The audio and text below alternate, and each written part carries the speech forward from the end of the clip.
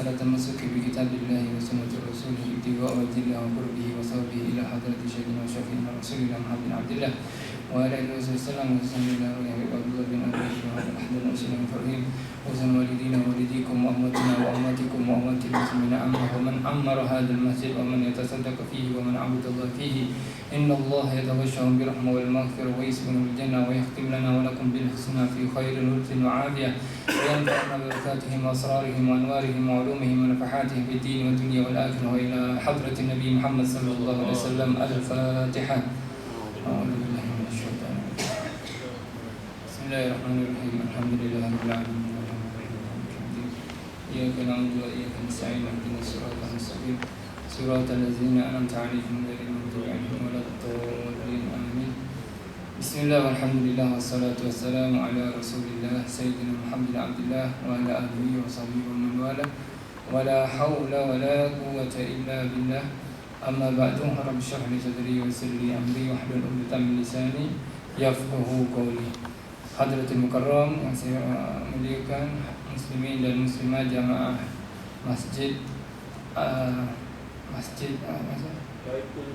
Baitul Mahabbah yang dirahmati oleh Allah Subhanahu wa taala. Alhamdulillah, segala puji bagi Allah Subhanahu wa taala yang mana masih memberikan kita kesempatan untuk mengkongsikan beberapa ilmu daripada ajaran baginda Nabi Muhammad sallallahu alaihi wasallam. Dan kita sekarang ni masih di bulan Rabiul Awal, yang mana di bulan inilah Nabi kita Nabi Muhammad sallallahu alaihi wasallam dilahirkan. Riwayat mengatakan Abu Lahab yang mana dinas dalam Al-Quran adalah penghuni neraka. Tabbat yada Abi Lahab wa tab, celaka tangan Abu Lahab. Abu Lahab ni adalah pakcik daripada Nabi Muhammad sallallahu alaihi wasallam. Akan tapi ketika dia mendengar berita bahawasanya saudara dia, yakni Siti Aminah, melahirkan seorang anak lelaki yang handsome, yang putih, yang sempurna, Nabi Muhammad SAW, dia sangat berbahagia. Sehingga orang yang mengkagumi dia adalah budak abdi dia perempuan nama Suwaibah. Dia merdekakan oleh Abu Lahab ni. Terlalu seronok, terlalu bahagia, dia bebaskan budak ni. Sehingga Allah SWT membalas Abu Lahab ni sebab dia berbahagia, dia seronok dengan kelahiran Nabi Muhammad SAW. Dia balas nantinya di akhirat. Riwayat mengatakan dia akan diringankan siksa dia atau dicutikan siksa dia hari Isnin. Sebab hari Isnin adalah hari kelahiran baginda Nabi Muhammad SAW. Oleh sebab itu, sebelum saya nak kongsikan lagi atau nak teruskan lagi kitab Risalatul Mu'awanah, kitab pasal tasawuf, saya nak sedikit cerita tentang kelahiran Nabi Muhammad SAW. Moga-moga ini semakin menambah cinta kita kepada Nabi Muhammad SAW. Man ahabbani kana ma'i fil jannah. Rasulullah SAW bersabda, siapa orang yang mencintai aku, maka dia akan bersamaku nantinya di surga. Kalau kita mencintai selain Nabi, itu tak tahu balasan apa. Tapi kalau kita mencintai Nabi, kita bersama Nabi nantinya di akhirat. Oleh sebab itu, ketika Nabi Muhammad SAW lahir, banyak sangat kejadian-kejadian yang berlaku di bumi dan di langit. Yang mana di langit ketika Nabi Muhammad SAW lahir, para malaikat sudah mendengar berita ini. Sehingga para malaikat langit turun semua ke tempat baginda lahir, baginda Nabi Muhammad SAW. Sehingga tempat Nabi Muhammad SAW ini penuh dengan para malaikat. Selepas itu Allah SWT yang selalunya membiarkan jin atau syaitan atau iblis naik turun mendengar berita, ketika Nabi Muhammad SAW lahir, Allah dinding, yakni Allah lapis, tak boleh lagi naik. Tak boleh lagi jin atau syaitan nak mendengar berita yang akan berlaku nantinya dengan kelahiran Nabi Muhammad SAW. Oleh sebab itu, ketika ada syaitan, dia nak ambil berita sebab peramal dia, ahli nujum dia cakap apa yang akan berlaku esok untuk orang ni. Dia nak tengok berita, baca berita ke atas, tertutup, tak boleh. Dan ini dijelaskan dalam surah Al-Jin ayat 8 dan 9. Sesungguhnya ketika kami nak naik ke langit, aku dilempar oleh bintang-bintang yang menghantam aku, dikatakan.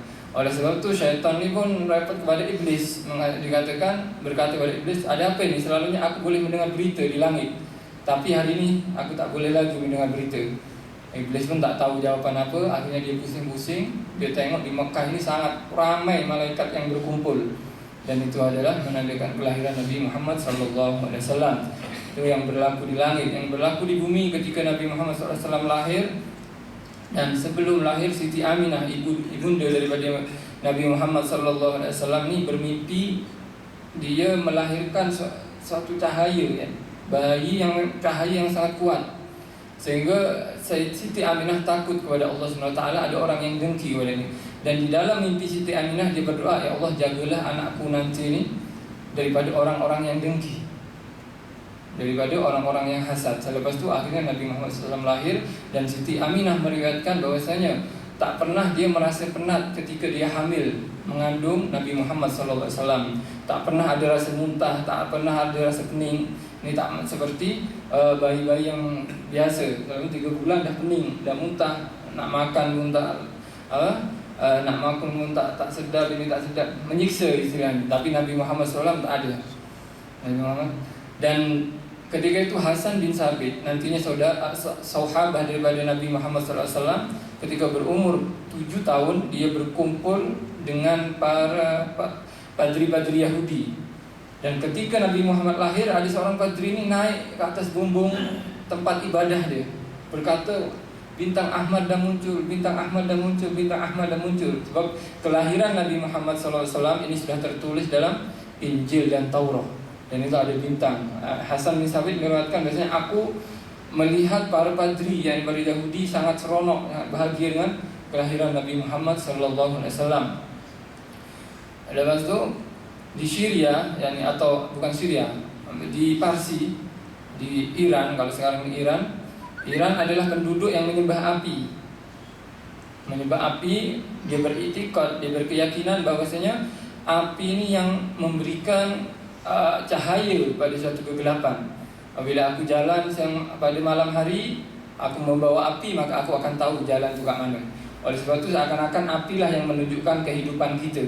Akhirnya mereka yang Parsi ini menyembah api. Dan memang di Parsi ini ada api yang mereka sembah, tak pernah padam selama ribu-ribu tahun. Ada hujan, ada angin, ada apapun yang berlaku tak pernah padam. Tapi ketika Nabi Muhammad SAW lahir, api ini padam.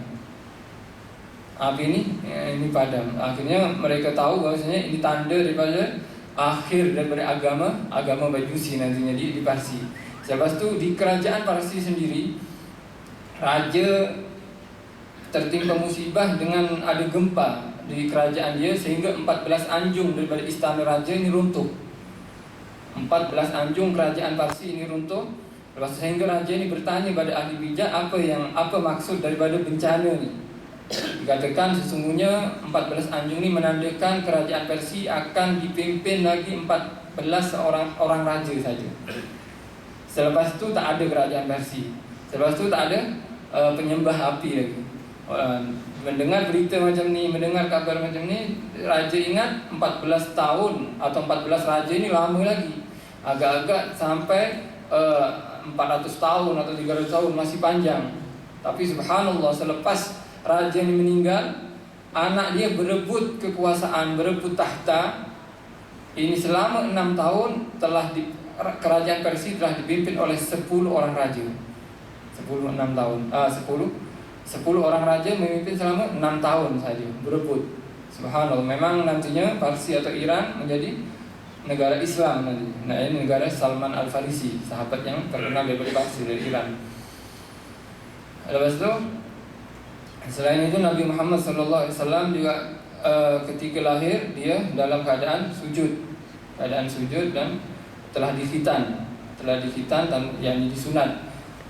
Diriwayatkan sesungguhnya tak ada seorang manusia pun yang melihat aurat daripada Nabi Muhammad SAW.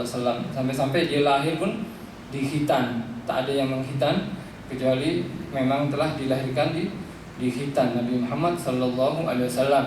Selepas itu beberapa kemudian Nabi adalah anak susu daripada Halimatus Sa'diyah. Dan ini sudah semua tahu. Dan bahwasanya kenapa Nabi Muhammad dicarikan seorang ibu susu untuknya, sebabnya di Mekah ini adalah kawasan bandar yang mana kawasan Mekah ini banyak orang keluar masuk, ada orang Iran masuk, ada orang Yaman masuk, sehingga adat daripada adat Mekah ini sudah berubah, banyak berubah sebab ada adat lain masuk, bahasa pun mulai campur-campur lah. Ada bahasa Parsi, ada orang Yunani, ada orang Yaman yang masuk, sehingga di Mekah bahasa dia sudah tak murni Arab. Oleh sebab itu adat orang Mekah selalunya kalau dia ada bayi, dia akan carikan ibu susu. Yang mana ibu susu ini orang yang menyusui nantinya adalah orang kampung atau orang kampung yang memang tak pernah datang bandar kecuali sekali saja. Sebab kalau di kampung ini adat dia masih asli, masih asal, tak ada campuran. Bahasa pun macam tu, Arab asal. Sehingga oleh sebab tu Nabi ini dijadikan ibu susu Halimatus Sa'diyah. Halimatus Sa'diyah adalah seorang perempuan yang mempunyai suami pastinya dan seorang anak lelaki. Dan Halimatus Sa'diyah adalah orang miskin. Dia jarang makan, sehingga kadang-kadang susu yang untuk anaknya pun dia tak keluar susu. Dan ketika suami dia mendengar bahwasanya akan ada rombongan atau kumpulan wanita akan pergi ke Mekah untuk mencari anak susu, Halimatus Sa'diyah mengikut. Dia nak cari duit, nak cari nafkah untuk kehidupan dia, untuk mencari upah daripada anak susu nantinya di Mekah. Sehingga mengikutlah Halimatus Sa'diyah bersama rombongan perempuan-perempuan dari kampung ini. Tapi Halimatus Sa'diyah ini orang miskin. Dia hanya ada seekor kambing, yang mana kambing betina dah kurus, tua.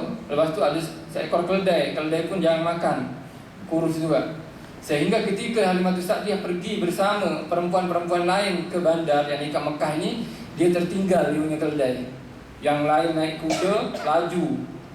Halimatus Sa'diyah lambat dia. Sehingga yang laki-laki, anak-anak yang di Mekah sudah menunggu, ibu-ibu yang di Mekah sudah menunggu, mana nih ibu-ibu susu nih. Akhirnya datang semua dapat anak susu, dibawa balik. Dan ketika itu Nabi Muhammad SAW adalah seorang anak yatim. Anak yatim, orang Arab ini takut kalau kita kalau bela anak yatim, takutnya ada apa-apa. Lepas itu Nabi Muhammad ini orang miskin, bukan orang kaya, sehingga jarang yang berkenan nak mengambil Nabi ini sebagai anak susu. Selepas itu akhirnya Halimatus Sa'diyah datang dengan lambat sekali. Last sekali Halimatus Sa'diyah datang ke Mekah, dia jumpa dengan Abu Talib, pakcik Nabi Muhammad SAW, dan menawarkan kepada suami Halimatus Sa'diyah, bawa anak ini yatim, memang dia anak miskin, bawalah susukan dia, insya Allah berkat nantinya hidupmu, kata Abu Talib. Sebab Abu Talib sudah mendengar berita-berita tentang kejadian yang luar biasa kepada Nabi Muhammad SAW. Sehingga Halimatus Sa'diyah pun melihat daripada wajah Nabi Muhammad SAW. Ketika itu masih bayi lagi, Halimatus Sa'diyah senyum. Nabi Halimatus Sa'diyah senyum kalau itu Halimatus Sa'diyah, sehingga terus berkenan, ini seronok, ini pasti, ini istimewa budak ni. Senyum kepada Halimatus Sa'diyah. Subhanallah, keledai dia yang lemah tadi, walau yang kurus tadi, subhanallah, dia ketika Halimatus Sa'diyah mendokong Nabi Muhammad SAW dan nak menunggangi keledai itu dah tahu, haiwan ini dah tahu, ini yang saya bawa ini adalah Nabi akhir zaman. Semangat. Yang asalnya dia hanya berjalan pelan-pelan tak laju, dia lari dengan berkat Nabi Muhammad SAW, lari, sehingga perempuan-perempuan yang ada di depan semua dilalui oleh Halimatus Sa'diyah. Semua pelik, ini ada apa ini? Siapa yang dibawa Halimatus Sa'diyah ini? Bayi siapa? Bertanya-tanya semua. Sampai ke kampung yang tak pernah hujan, kampung yang kering, tak ada daun pun sudah kuning semua. Subhanallah, turun hujan berkat. Semua ada yang punya kebun, habis semua seronok dengan ini siapa yang bawa baby. Subhanallah. Lepas tu Halimatus Sa'diyah masuk rumah dia dengan berkat Nabi Muhammad SAW. Rumah yang asalnya istilah kurang menyenangkan menjadi yang suka untuk ditempati. Lepas tu dia pergi ke belakang yang mana ada kambing betina, seekor kambing betina tadi yang tak keluar susu. Dia tahu Nabi Muhammad lahir dengan berkat Nabi Muhammad. Kambing ni menjadi berdiri dan gemuk, dia boleh mengeluarkan susu dengan berkat Nabi Muhammad SAW. Sebab mukjizat Nabi Muhammad SAW ini sangat banyak. Ulama sampai menghitung atau mengira mukjizat Nabi Muhammad SAW ini ada 30.000 mukjizat. Kalau yang kambing ni keluar susu ini memang sudah biasa ya. Sebab Abdullah bin Mas'ud, sahabat Nabi Muhammad SAW, ini masuk Islam sebab berlaku kejadian ketika itu dia mengembala kambing. Abdullah bin Mas'ud ini sahabat Nabi yang rendah dia ya. Orang rendah sampai-sampai para sahabat itu duduk, Abdullah bin Mas'ud ini berdiri sama tinggi dia. Abdullah bin Mas'ud ini. Dan dia adalah orang ke-6 yang masuk Islam. Sebab Islam dia ketika itu dia mengembala kambing. Dan Nabi bertanya kepada dia, Nabi bersama Sa'id bin Abu Bakar, ya fulan, ya wahai remaja, adakah engkau punya susu? Supaya Nabi lapar masa itu perjalanan. Aku nak susu darimu. Aku ada susu tapi ini bukan milikku. Ini kambing milik tuanku. Oh, jangan keluar susu. Bagi aku kambing yang memang yang masih tak pernah melahirkan, yani tak pernah keluar anak dan memang tak ada susu, bagi sini. Sehingga Nabi Muhammad SAW pun Abdullah bin Mas'ud membawa kepada Nabi kambing yang masih muda, kambing betina yang muda. Subhanallah, Nabi usap kambing ni dan akhirnya diperas oleh Nabi. Ini keluar susu. Dan Nabi menyuruh Abdullah bin Mas'ud untuk minum, Abu Bakar untuk minum, dan last sekali Nabi Muhammad SAW yang minum kambing. Lepas itu Nabi Muhammad SAW pas minum susu, dia berkata pada kambing ni, yakni menyentuh kambing, ikhlis, yakni berhentilah keluar susu. Sebab dia memang tak pernah ada jantan yang kahwin dengannya. Patutnya ni tak keluar susu, tapi dengan mukjizat Nabi Muhammad SAW. Ini yang pertama. Ada lagi ketika Nabi nak hijrah ke Madinah, Nabi sama lapar, dia ada rumah dalam di padang pasir, rumah seorang perempuan bernama Ummu Ma'bad. Dia pun ada suami, ya kan? Nabi datang, suami dia telah pergi dengan kambing-kambing, digembala semua, kambing yang sehat-sehat dibawa pergi, digembala oleh suami dia. Dan akhirnya ada seekor kambing saja yang sakit, tengah sakit memang tak boleh jalan, ada di rumah Ummu Ma'bad. Akhirnya Nabi berkata kepada Ummu Ma'bad, ya Ummu Ma'bad, mari sini, tunjukkan aku mana tempat kambing itu. Sehingga ditunjukkan oleh Ummu Ma'bad, itu kambing-kambing dia tertidur. Subhanallah, dengan Nabi sentuh akhirnya keluar susu. Ini mukjizat daripada Nabi Muhammad SAW. Sehingga Halimah Sa'diyah yang punya kambing yang tak pernah keluar susu, akhirnya keluar susu berkat Nabi Muhammad SAW. Lepas tu Halimah Sa'diyah ni ada risau sikit. Dia mengambil Nabi Muhammad SAW sebab kadang anak dia menyusu pun tak keluar dia punya susu. Tapi subhanallah, dengan izin Allah, ketika Nabi Muhammad menyusu, keluar sangat kuat, deras, yakni air susu itu banyak sangat. Dan Nabi Muhammad SAW tahu kalau Ummi Ma'bad ini ada anak lelaki seorang, sama-sama kecil. Oleh sebab itu Nabi Muhammad SAW tak pernah menyusu yang kiri, Nabi ambil yang kanan saja. Sebab Nabi memang suka yang kanan, yuhibbut tayammum, suka yang kanan. Oleh sebab itu susu yang kanan ini bagian Nabi Muhammad SAW. Ini Nabi masih kecil ya. Lepas itu yang kiri ini bagian anak daripada Halimah Sa'diyah. Halimah Sa'diyah, mukjizat daripada Nabi Muhammad SAW. Sehinggalah nantinya Halimah Sa'diyah ini mengembalikan kepada Siti Aminah sebab berlaku pembedahan daripada dari Nabi Muhammad SAW. Yang mana ketika Nabi umur 1,5 tahun atau dekat dengan 2 tahun, Nabi bermain dengan kawan-kawan dia. Lepas tu kawan dia tengok Nabi ini diambil oleh 3 orang yang berbaju putih, yang berjubah putih, yakni Jibril, Mikail dan Israfil yang mengambil Nabi Muhammad SAW. Dan Nabi dilentangkan, dibedah. Kawan-kawan dia tengok, oh Nabi ini dibunuh, menjerit balik semua, berkata dengan Halimah Sa'diyah. Sehingga mendengar berita ini, Halimah Sa'diyah walaupun tak ada apa-apa nantinya dengan Rasulullah, dia risau. Akhirnya dibagi balik pada Siti Aminah nanti. Sebab itu Nabi Muhammad SAW adalah manusia yang paling jujur, manusia yang sangat istimewa. Sehingga ketika 25 tahun kemudian Siti Khadijah, Sayyidina Khadijah bermimpi dia ada jatuh bulan kepada pangkuannya. Bulan jatuh ke pangkuan Sayyidatina Khadijah. Sehingga Sayyidatina Khadijah bertanya pada ahli mimpi, apa yang akan berlaku padaku, kenapa bulan jatuh pada pangkuanku. Ahli mimpi itu mengatakan bahwasanya engkau akan kawin nantinya dengan Nabi akhir zaman.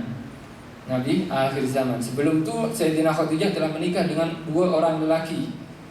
dengan 2 orang lelaki, yakni sampai umur 30 tahun dia menjanda sampai nanti umur 40 tahun.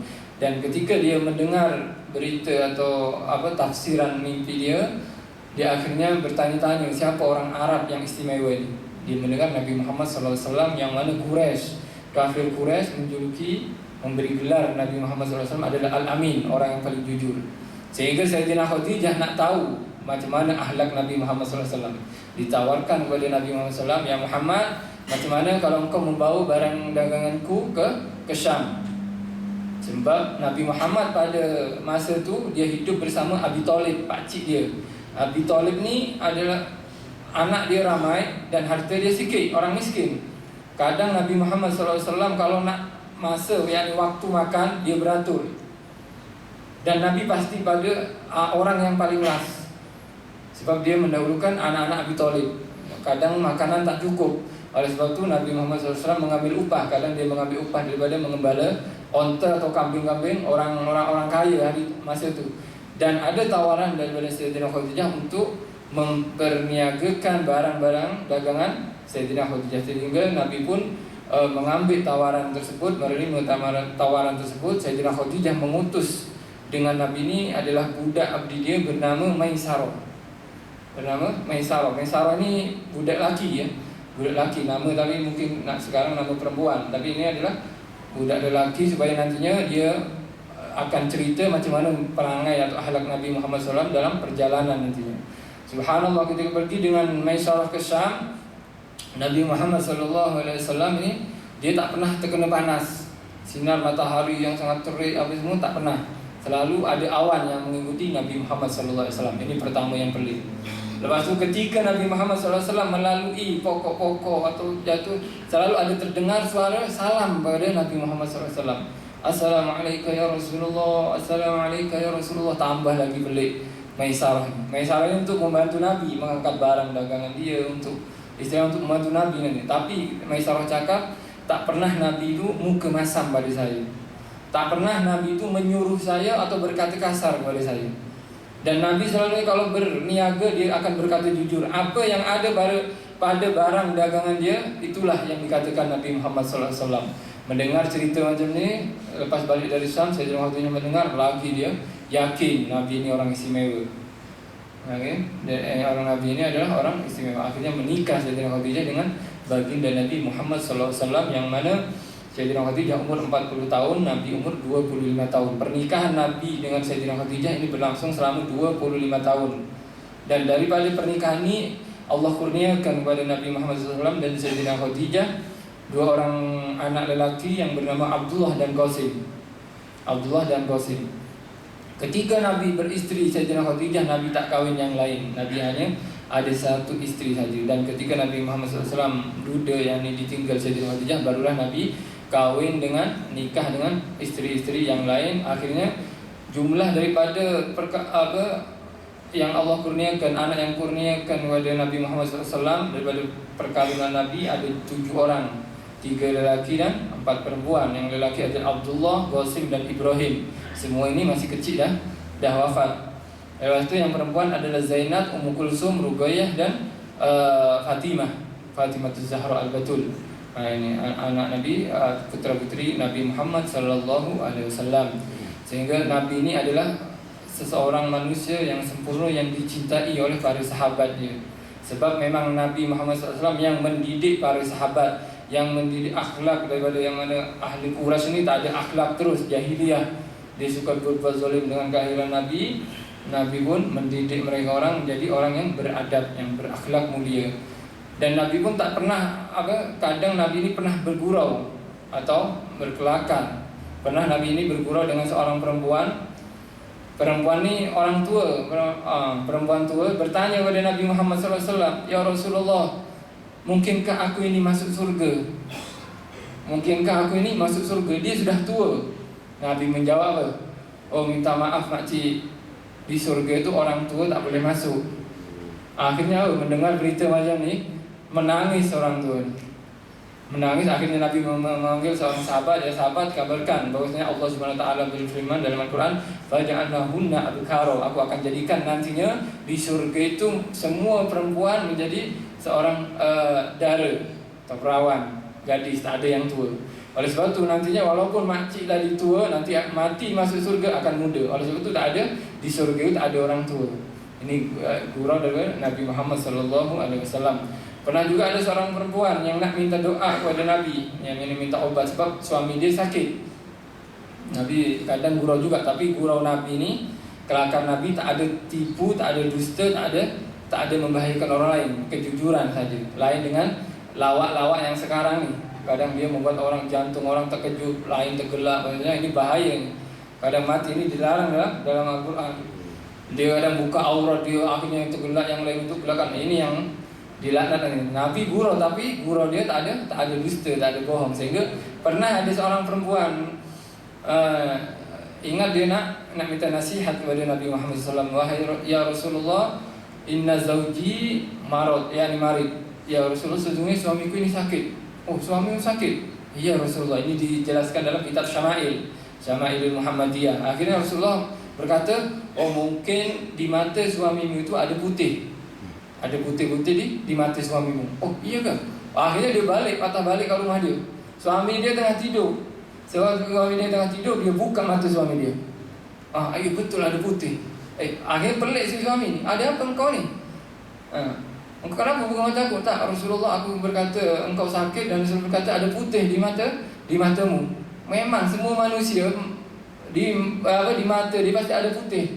Oh iya, kemana akalku tadi? Ini gurau dari Nabi Muhammad SAW. Lepas tu ada seorang lagi yang minta bantuan kepada Nabi Muhammad SAW. Ya Nabi, tolong carikan aku onta untuk membawa aku nanti musafir. Aku nak pergi, kata perempuan ni. Oh kalau onta saya tak boleh. Saya boleh carikan anak onta saja. Akhirnya, ya Nabi, anak onta ni tak larat. Anak aku ini besar, gemuk istilahnya. Gemuk, lepas ada barang yang aku nak bawa.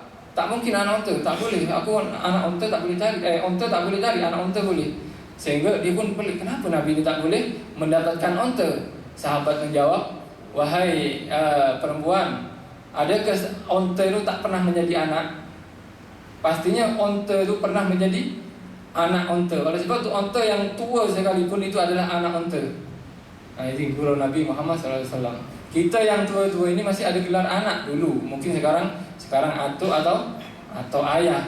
Tapi dulu anak juga, anakku kan, cucuku masih. Oleh sebab itu anak unta, kan anak unta ini guru Nabi Muhammad SAW. Sehingga dengan muamalah daripada kepribadian Nabi Muhammad SAW, ketika Nabi Muhammad SAW meninggal dunia ini, ramai para sahabat bersedih. Sehingga Sayyidina Bilal bin Rabah, muazzin Rasulullah SAW, ketika dia mendengar berita Rasulullah meninggal, dia tak nak lagi azan di Masjid Nabawi. Sebab kenapa? Bilal berkata, sesungguhnya setiap aku masuk masjid pasti ada Nabi Muhammad SAW di depan. Ketika aku ada di satu majlis, pasti Nabi Muhammad SAW duduk di depan sekali. Ketika aku azan, pasti aku mendengar jawapan suara Nabi Muhammad SAW. Aku tak larat ditinggalkan Nabi Muhammad. Bersedih Sayyidina bin Rabah, sehingga dia berkata kepada Sayyidina Abu Bakar yang masa itu menjadi khilafah, berkata, ya Abu Bakar, aku nak keluar daripada Madinah ni. Kekasihku telah meninggalkan Madinah. Orang yang aku cintai, orang yang kita cintai telah meninggal Madinah. Aku tak larat. Aku selalunya jalan satu jalan, pasti di situ ada pernah berlalu Nabi Muhammad SAW. Aku pasti teringat Nabi Muhammad SAW berjalan di sana bersamaku. Aku pergi sini teringat Nabi Muhammad SAW. Aku tak larat lagi hidup di Madinah. Sehingga Bilal pun minta izin, dia nak pergi daripada Madinah untuk menghilangkan rasa sedih dia. Sayyidina Abu Bakar mengatakan, ya Bilal, engkau dengan kesedihan ini, saya bagi engkau pergi ke luar Madinah. Sehingga Bilal pun pergi ke Syam atau Syria. Sekarang Syria. Di Syria Sayyidina Bilal duduk setahun. Selepas itu Sayyidina Bilal bermimpi Nabi Muhammad SAW dan berkata kepada Sayyidina Bilal, ya Bilal, apa ini Bilal? Keras hati. Kenapa engkau tak ziarah kepadaku ya Bilal di Madinah? Mendengar daripada ucapan Nabi di mimpi Sayyidina Bilal terus menangis, bangun terus menangis, ambil barang dia pergi ke Madinah. Dan dia berziarah kepada Nabi Muhammad SAW, dan di sana dia berjumpa dengan Sayyidina Abu Bakar dan Sayyidina Umar. Sayyidina Abu Bakar akhirnya berkata kepada Sayyidina Bilal, ya Bilal, sesungguhnya kami merindukanmu. kami merindukan suaramu, mendengar suaramu. Sehingga Sayyidina Abu Bakar berkata, saya minta kepadamu untuk azan hari ini, kami rindu mendengarkan azanmu. Tapi Bilal berkata, wahai Abu Bakar, saya tak larat nak azan, minta maaf. Selalunya aku kalau azan, saya mendengar jawaban daripada suara Nabi Muhammad sallallahu alaihi wasallam. Saya tak nak lagi ya Bilal. Ya Abu Bakar. Sayyidina Umar yang datang, Sayyidina Umar ini garang, dia kata, "Ya Bilal, azan kau." Tak nak, saya tak nak. Saya sudah kehilangan kekasih saya Nabi Muhammad sallallahu alaihi wasallam. Sehingga Sayyidina Hasan dan Husain keluar daripada bilik Nabi Muhammad sallallahu alaihi wasallam. Sayyidina Bilal melihat Sayyidina Hasan dan Husain terus menangis. Sebab kenapa? Sayyidina Hasan dan Husain ini selalunya kalau keluar selalunya bersama Nabi Muhammad sallallahu alaihi wasallam. Di mana Nabi Muhammad SAW menjadi imam, di sebelah itu adalah Hasan dan Husain. Ketika Sayyidina Hasan dan Husain keluar, Sayyidina Bilal memanggil Hasan dan Husain dan memeluk keduanya dengan erat. Sayyidina Hasan berkata kepada Bilal, "Ya Bilal, saya minta kepadamu untuk azan hari ini kamu di masjid Nabi, di masjid datukku ini, yakni Nabi Muhammad SAW." Sayyidina menjawab, "Wahai cucu Rasulullah, sesungguhnya aku telah menolak permintaan Abu Bakar dan Umar, pembesar para sahabat, tapi aku tak akan menolak cucu daripada baginda Nabi Muhammad SAW. Macam mana nanti kalau aku ditanya oleh Rasulullah SAW, kekasihku, apa yang aku akan katakan nantinya di akhirat." Oleh sebab itu akhirnya Sayyidina Bilal azan. Dan ketika azan Sayyidina Bilal, Allahu Akbar, Allahu Akbar, bersedih semua. Semua menangis yang ada di masjid. Sayyidina Bilal naik menara, dia azan. Ketika sampai lafaz asyhadu anna Muhammadar Rasulullah, penduduk Madinah semua menangis. Perempuan-perempuan yang selalu bergurau dengan Nabi Muhammad SAW, yang mana rindu Nabi Muhammad SAW, semua keluar daripada rumah dia dan bertanya, apa ini? Apa yang berlaku? Adakah Nabi Muhammad SAW diutus lagi? Adakah Nabi Muhammad SAW dihidupkan lagi oleh Allah? Ini suara Bilal. Adakah Nabi Muhammad akan menjadi imam di suara Nabawi? Semua keluar ke Masjid Nabawi untuk melihat daripada baginda Nabi Muhammad SAW. Semua merindukan Nabi Muhammad SAW. Tak ada kejadian yang paling sedih selepas meninggalnya, wafatnya Rasulullah SAW, yakni ketika Bilal azan sampai asyhadu anna Muhammadur Rasulullah. Ahli Madinah, penduduk Madinah semua datang ke Masjid Nabawi nak memastikan apakah Rasulullah SAW sudah hidup lagi. Ini tanda cinta para sahabat kepada Nabi Muhammad SAW. Sampai diriwayatkan seorang sahabat bernama Sa'labah, dia tak makan, tak minum, kurus, selalu menangis di Masjid Nabawi Muhammad SAW. Ini ketika Nabi hidup. Akhirnya Nabi bertanya kepada Sa'labah, "Ya Sa'labah, ma baluka ya Sa'labah, apa yang berlaku pada engkau ya Sa'labah?" Sa'labah menjawab, "Ya Rasulullah, sesungguhnya manusia ini pasti akan mati. Aku akan mati dan baginda akan mati. Dan baginda kalau mati, pastilah baginda di tempat yang istimewa nantinya di surga. Sedangkan aku ini, siapa aku ini? Aku hanya seorang yang tak ada apa-apa, yang tak ada nilai. Oleh sebab itu saya tak nak berpisah dengan baginda Nabi Muhammad SAW. Macam mana ya Rasulullah, bagi aku amalan supaya aku ini berkumpul dengan baginda Nabi Muhammad SAW." Sebab dia sedar bahawasanya Nabi adalah khairul anbiya, sayyidul anbiya, penghulu para Nabi. Pasti derajat dia paling tinggi nanti di surga. Dan Sa'labah sedar dirinya akan di mana tak tahu, sebab dia adalah seorang hamba biasa. Dan tapi Rasulullah SAW menenangkan dan memberikan kabar gembira kepada Sa'labah, mengatakan, "Ya Sa'labah, sesungguhnya man aqrabu minni yaumal qiyamah aqsarukum minni salatan." Sesungguhnya orang yang paling dekat, yang paling hampir denganku nantinya di hari kiamat adalah orang yang paling banyak bersalawat kepada Nabi Muhammad sallallahu alaihi wasallam. Semenjak itu Sa'labah selalunya amalan dia adalah bersalawat kepada Nabi Muhammad sallallahu alaihi wasallam. Ini bukan hanya sekadar ajaran bagi Sa'labah, melainkan bagi semua umat Nabi Muhammad sallallahu alaihi wasallam, termasuk kita. Kita sudah banyak sekali mendengar fadilah solawat kepada Nabi Muhammad SAW. Selain solawat adalah menandakan atau cinta kita kepada Nabi Muhammad SAW, kerinduan kita Nabi Muhammad SAW. Sebab tanpa Nabi kita ini tak tahu agama apa yang diridhoi oleh Allah SWT. Tanpa Nabi kita tak akan tahu rukuk, sujud, bacaan Fatihah. Semua adalah berkat Nabi Muhammad SAW. Tanpa Nabi kita tak akan tahu berkat daripada kita berbakti kepada orang tua, kita beramal soleh, tak akan tahu berkat Nabi Muhammad SAW. Oleh sebab itu di hadis 40 diriwayatkan bahwasanya, "Cintailah aku daripada semua yang ada." Tidak akan Istilahnya cinta kita adalah pertama adalah kepada Allah Subhanahu wa taala, yang kedua kepada Sayyidina Muhammad sallallahu alaihi wasallam. Sebab Sayyidina Muhammad ini menjaga umat dia bukan hanya berjaya di dunia, tapi nantinya akan macam mana umatku berjaya nanti di akhirat. Ini berbeza kalau dengan seorang orang tua saja. Orang tua yang tak ada agama, dia pasti akan memperhatikan perut anak dia, macam mana anak saya kenyang, dia tak kisah duit dari mana. Tapi Nabi Muhammad SAW memperhatikan umat dia, nak masuk tandas, semua ada adab. Ini adalah tanda kasih sayang Nabi Muhammad SAW kepada kita, umat Nabi Muhammad SAW. Sampai-sampai bukan hanya manusia yang bersedih ketika perang Khaybar. Diriwayatkan oleh Syekh Imam Ibn Katsir dalam kitab Bidayah wan Nihayah. Imam Ibn Katsir mengatakan ketika perang Khaybar, Nabi Muhammad SAW mendapatkan keledai hitam, sehingga Nabi Muhammad SAW memberikan nama keledai ini Ya'fur. Setiap Nabi Muhammad SAW memanggil keledai ini, dia pasti berkata labbaik dengan izin Allah Subhanahu wa taala, labbaik ya Ya'fur, ya Ya'fur. Sehingga setiap nak pergi mana, Nabi nunggangi keledai. Ketika nak pergi rumah sahabat Nabi Muhammad SAW, turun daripada keledai ini Ya'fur ini terus lari menuju depan pintu sahabat. Dia ketuk dengan kepalanya, duk. Supaya apa? Supaya nantinya sahabat ini menyambut kedatangan Nabi Muhammad SAW. Dan riwayat itu mengatakan bahwasanya Ya'fur berkata kepada Nabi Muhammad SAW, sesungguhnya ya Rasulullah, datuk-datukku daripada keledai ini adalah keledai-keledai yang menjadi tunggangan para anbiya. Nabi-nabi dulu itu pernah menunggang keledai, dan itulah datuk daripada Ya'fur ini.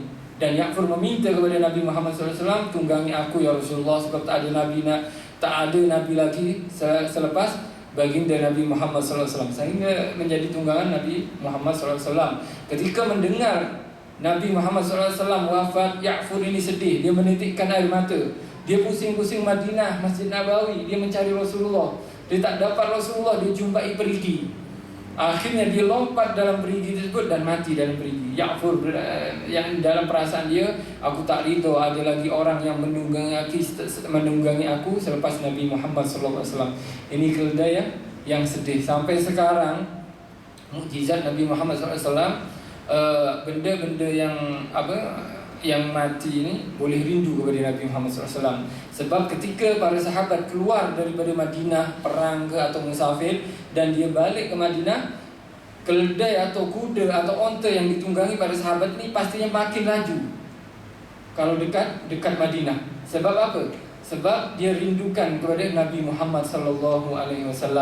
Oleh itu dia ulama hadis surah bismil habaib dikatakan oleh dia ulama, sesungguhnya ketika seorang yang menunggangi kuda itu menyebut nama Nabi Muhammad SAW, dia akan makin laju.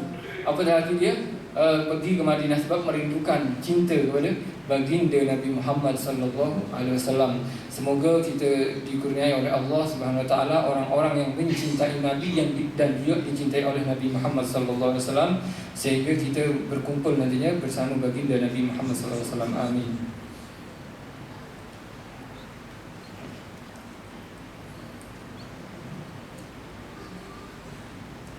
Bismillahirrahmanirrahim. Selepas itu saya akan meneruskan daripada kitab Risalatul Mu'awanah. Ini kitab tasawuf yang mana sudah beberapa kali saya kongsikan kat sini. Sekarang dah sampai bab masih tentang ikhlas atau niat. Sebab kita beribadah kepada Allah SWT ini memerlukan keikhlasan dan perlu niat yang baik. Dikatakan di sini, wa'lam annahu yatasawwaru an yajtami'a fil 'amalil wahid niyatun katsiratun wa yakunu lil 'amil bi kulli niyatin minha thawabun tam. Ketahuilah sesungguhnya mungkin bagi seorang hamba itu beramal satu amal dan dia berniat dengan banyak niat, dan dia akan mendapatkan pahala sesuai dengan niat dia. Sebenarnya kalau masalah dunia, mungkin kita akan, kalau kita ada kerja, satu kerja saja, kita tak akan mendapat gaji atau upah daripada kerja lain. Satu kerja berarti satu gaji saja. Kalau kita kerja dari doktor, berarti doktor saja. Ada dua kerja, berarti dapat dua. Tapi kalau ibadah kepada Allah SWT, mungkin kita satu ibadah, tapi kita niat-niat yang banyak, maka akan mendapatkan niat yang pahala yang sangat banyak, mengikut niat. Walaupun amal kita, walaupun kerja kita hanya hanya satu. Tapi kalau kita niat banyak, maka pahala kita akan ikut banyak. Contoh dia adalah misalu minat ta'ah yang bi qiraatil Quran wa najatullah taala. Contoh daripada ketaatan. Apabila kita beramal taat kepada Allah Subhanahu wa taala, kita membaca Al-Quran misal. Kalau kita membaca Al-Quran ini pahala, tapi kalau kita niat fa innal qari' munajin rabbah, sesungguhnya orang yang membaca Al-Quran adalah orang yang tengah berseimbang dengan Tuhannya. Oleh itu kalau dia niat membaca Al-Quran, saya mendekatkan diri kepada Allah dengan bacaan Al-Quran. Pertama, terus saya nak seimbang dengan Allah Subhanahu wa taala. Oleh sebab itu dikatakan iyyaka na'budu wa iyyaka nasta'in. Iyyaka ni kalimah iyyaka bermakna hanya kepadamu. Seakan-akan ada di depan, ada di hadapan. Oleh sebab itu kita kalau baca Al-Quran, pastilah kita ni berseimbang dengan Allah Subhanahu wa taala. Iyyaka na'budu wa iyyaka nasta'in. Allah hanya kepadamu. Seakan-akan Allah ini dekat, dan Allah memang dekat. Ihdinas siratal mustaqim. Oleh sebab itu kalau kita niat munajah kepada Allah Subhanahu wa taala, insyaallah dapat pahala lagi selain pahala Al-Quran. Sebab itu wayanil istighrajul ulum minal Qur'ani fa innahu ma'diluha. Lepas itu selain membaca untuk munajah kepada Allah ketika membaca Al-Quran, kita juga berniat untuk mengeluarkan ilmu-ilmu yang ada pada Al-Quran. Sehingga di Al-Quran ini Rasulullah SAW bersabda, fa inna fihi naba'a man qablakum wa naba'a man ba'dakum wa hukmu ma bainakum. Sesungguhnya di Al-Quran ini terdapat berita-berita orang-orang yang sebelum kalian, dan apa-apa yang akan berlaku selepas kalian, dan hukum-hukum antara kalian. Sebab kita tak akan tahu cerita Nabi Adam, kita tak akan tahu cerita Nabi Idris kecuali melalui Al-Quran. Kita tak akan tahu macam mana manusia ini diciptakan, dari apa dia diciptakan, kecuali daripada Al-Quran. Dan Al-Quran pasti benar, sebab Al-Quran adalah firman Allah Subhanahu wa taala. Kita membaca Al-Quran dan kita niat mengeluarkan ilmu-ilmu macam ni. Kalau kita hanya setakat bersandar kepada ahli sejarah, misal penciptaan manusia itu adalah dimula daripada seekor kera. Ini kan ada yang mengatakan macam tu.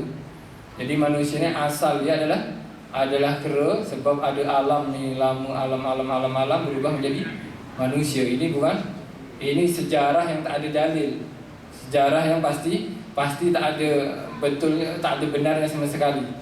Sebab kenapa? Sebab kalau memang kera itu boleh berubah menjadi manusia, lepas tu kera yang sekarang ni bila nak jadi manusia? Kalau nak guna akal. Itu bukan ilmiah, itu bukan memandaikan orang atau membuat pandai, itu membuat bodoh akhirnya. So kalau kita fikir, kalau memang daripada kera manusia ni, kera yang sekarang ni bila nak jadi manusia? Kan? Dan di Al-Quran dijelaskan manusia ini awal mula daripada turab, dan semua berita yang dikabarkan oleh Al-Quran pasti benar. Oleh sebab itu baca Al-Quran, selain kita untuk munajah kepada Allah Subhanahu wa taala, kita mengeluarkan ilmu. Sebab dalam Al-Quran menceritakan orang-orang yang sebelum kita, yakni nabi-nabi sebelum Nabi Muhammad sallallahu alaihi wasallam, dan nantinya akan bercerita nantinya apa yang akan berlaku selepas orang itu akan mati, atau dunia ini akan berlaku macam mana. Ada kiamat, ada mahsyar, ada nar, ada, ini pasti benar, itu adalah dari Al-Quran. Kalau kita niat dengan baca Al-Quran, semakin banyak niat, maka semakin banyak pula pahala yang akan kita dapat. Fa innahu ma'dinuha, sesungguhnya Al-Quran adalah sumber daripada ilmu-ilmu yang ada di dunia ini. Kitab-kitab yang dikarang oleh para ulama itu bersumber daripada Al-Quran. Semua diambil daripada Al-Quran. Oleh sebab itu kalau kita membaca Al-Quran, kita niati untuk mengambil ilmu daripada Al-Quran tersebut. Dengan cara, kalau tak faham makna, kita cari terjemah dan tengok tafsir nantinya. Wa yanwi naf'a nafsihi was-sami'in. Lepas itu niat juga untuk memberikan manfaat kepadanya dengan membaca Al-Quran itu, sebab orang yang membaca Al-Quran akan dirahmati oleh Allah Subhanahu wa taala, dan juga memberikan manfaat bagi orang yang mendengarkan. Sebab kita, kalau kita nak baca Al-Quran, kita dengarkan Al-Quran, itu pahala juga. Oleh itu kalau kita baca Al-Quran, kita, kalau memang dia tak terganggu dengan suara kita keraskan suara supaya dia mendengar. Atau dia memang minta pada kita supaya mendengarkan bacaan kita, tak apa kita keraskan, itu adalah ibadah. Oleh sebab itu ketika ada seseorang membaca Al-Quran, itu wajib kita dengarkan. Wa idza quri'al Qur'anu fastami'u wa ansitu la'allakum turhamun. Ketika Al-Quran itu dibacakan, maka dengarkanlah dan diam, maka engkau akan dirahmati. Ini sabda Allah, firman Allah Subhanahu wa ta'ala. Ketika Al-Quran dibacakan, engkau dengarkan dan diam, maka engkau akan jadi orang yang dirahmati. Oleh sebab itu, daripada adab orang yang mendengar Al-Quran, tak boleh kita ini kawan kita tadarus ke apa, membaca Al-Quran kita seimbang pasal dunia. Ini tak ada adab namanya. Sebab Al-Quran Allah SWT menyuruh macam tu. Gambarannya misal ada seorang raja nak memberitakan, membaca berita atau memberikan hukum kepada para menteri misal. Lepas tu menteri dia seimbang cakap sendiri-sendiri, seorang-seorang. Dia cakap dengan ni, dia cakap dengan ni. Pasti raja ni ada rasa hati, dia hukum nantinya.